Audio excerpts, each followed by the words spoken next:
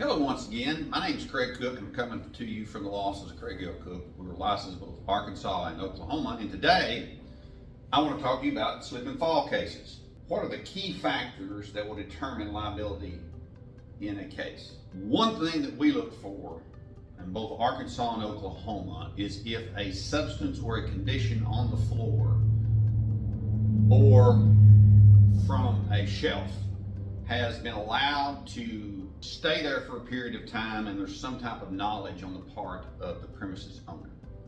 For instance, if you had a situation where you had a vegetable department and you stack up the vegetables too high and a particular vegetable falls off on the floor and it's there for a period of time, you can tell that people have went through it, or there's tracks of the shopping carts and stuff, and then a person falls as a result of that, then that's what we look for. We need to have some type of notification or on notice. Another thing we look for in that regard is whether they have a policy and procedure of checking the floor. If they do that and they don't comply with that policy and procedure, then that's another indication of negligence on their part and failure to discover that particular substance was on the floor.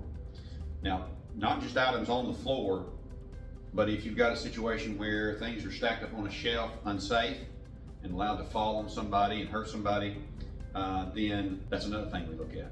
So the legal grounds, I've alluded to it a little bit, is they need to try to have notice. They need to, it can't be something that happens 1 second, then the person falls. It needs to be, or 1 second, and something falls on their head without some type of prior knowledge. In other words, the falling on the head, you could see that, or would be there.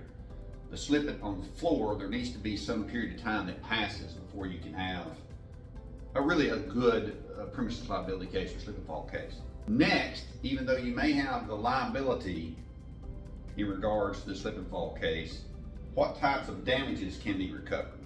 And these kind of go hand in hand. And what I'm going to mean by that is this.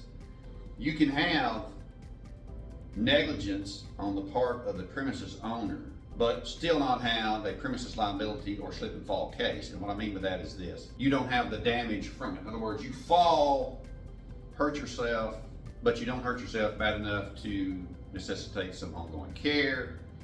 You're really going to go to the doctor one time. That type of non-damage, really, you can't really go into taking one of those cases, or the firm shouldn't be taking one of those cases.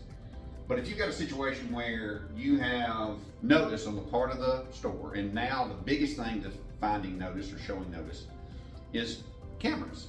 You got to try to get in there and send a preservation letter right after they come in to see you so that you can get that film preserved, because that will show how long that particular substance or condition allowed to exist. But then you've got the cameras that shows that, and the damages that along with that liability needs to be something where you have a broken bone, you have a herniated disc, you have a bulging disc that wasn't there before, you have conditions with your back that you didn't complain of before, not as bad, conditions with your neck you didn't complain of before, not as bad. You can have a pre-existing condition on any particular negligence claim. It just needs to be made worse as a result of particular negligence that you're complaining of, like in this case, falling to the floor or a box or something coming off the shelf. So the damages, like I stated before, could be to the back, broken hip.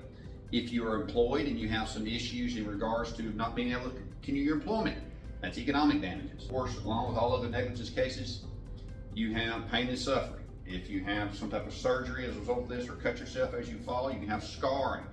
So you have all the same damages you have with other negligence cases.